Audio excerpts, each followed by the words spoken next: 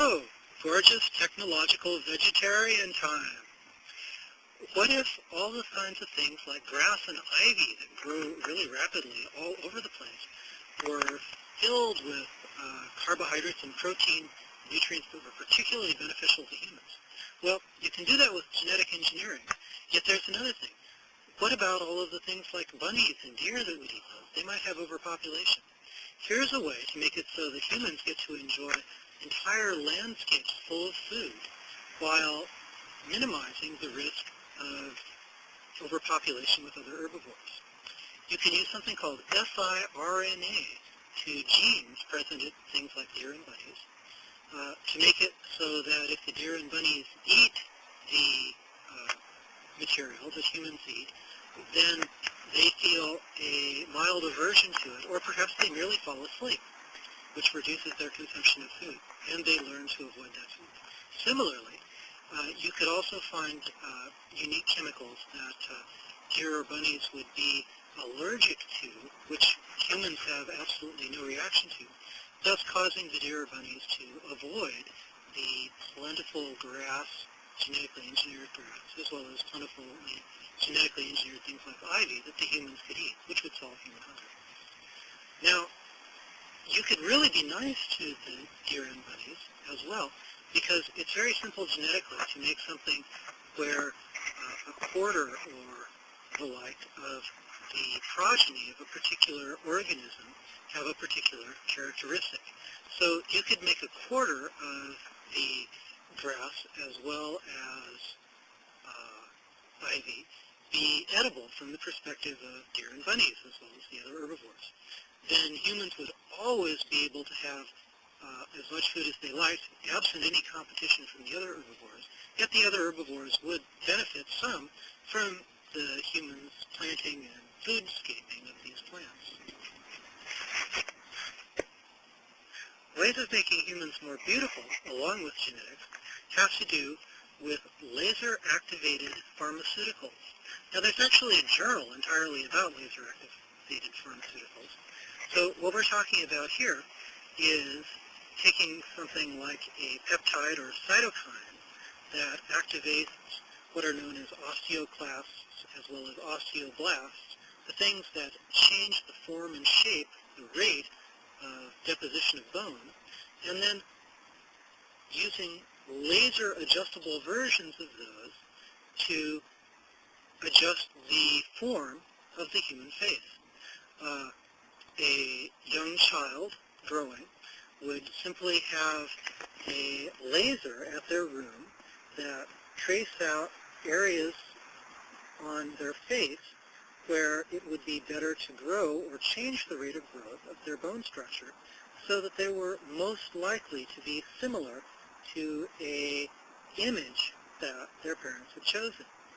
So this would give everybody the ability to have children that grew up to be beautiful, as well as became beautiful adults and teenagers, merely from taking a pill and then having a laser draw pictures on their face while they were asleep. Breasts are beautiful. There's a wide variety of opportunities for people to create what they would most like to have. Thus, we would use laser-activated estrogens as well as laser-activated progesterones to give girls as well as women the ability to personally choose the shape of their breasts, their bosom. Now, with laser-activated estrogens, the laser would simply shine on the woman's breasts or the girl's breasts while she was asleep, causing estrogen activation at particular areas of the breast to cause it to grow certain ways. Similarly, photoactivated progesterones affect the roundness of the breast as well.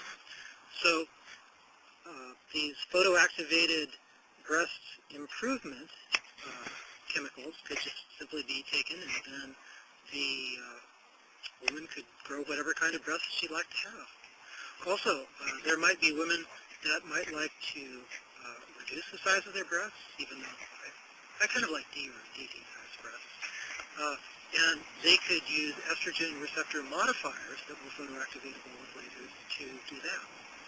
So these are technologies to give everyone beautiful faces as well as beautiful breasts to benefit women. Now, using laser-activated pharmaceuticals to modify the bone structure of the face and skull works particularly well because the amount of tissue that lays on the surface of the skull is actually fairly thin. It seems like a centimeter, a half a centimeter, something like that. And light will readily pass through that material. Have you made out with a girl or woman lately? Go, make out with a girl. One of the reasons to treat time as an eigenvalue is because an eigenvalue, rather than an integer, can be representative of a progressive series. Now, when people actually use something like Schrödinger's equation to predict the behavior of matter, they find that writing the computer programs, they have to iterate. Over and over again, they do certain calculations. Now, if you can prove that Schrödinger's equation is NP non-complete, based on something clever that mathematicians know about that now, because there's a mathematician that says it's possible to describe whether or not a thing is NP complete or non-complete.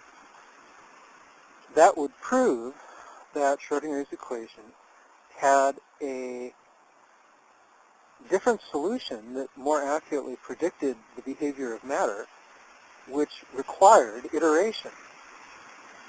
So that would completely change the known form of Schrödinger's equation, which would also completely change the many worlds interpretation of physics.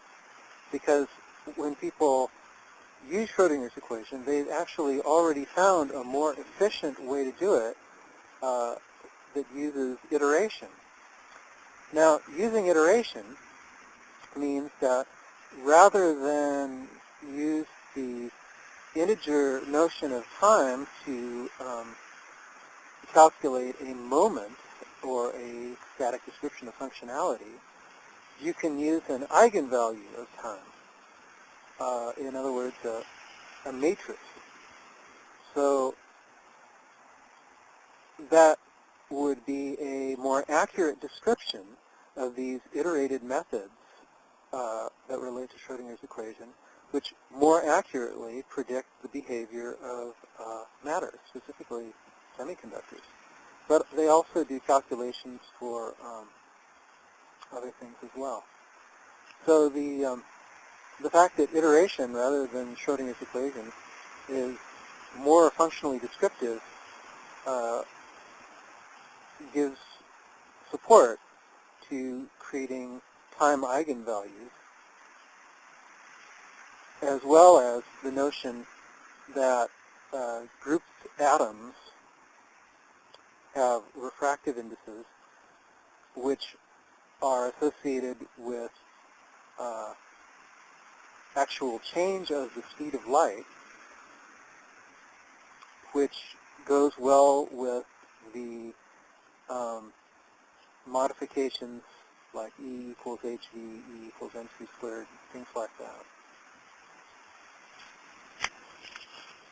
To change Planck's constant based on this new idea of time as an eigenvalue. Genetically engineering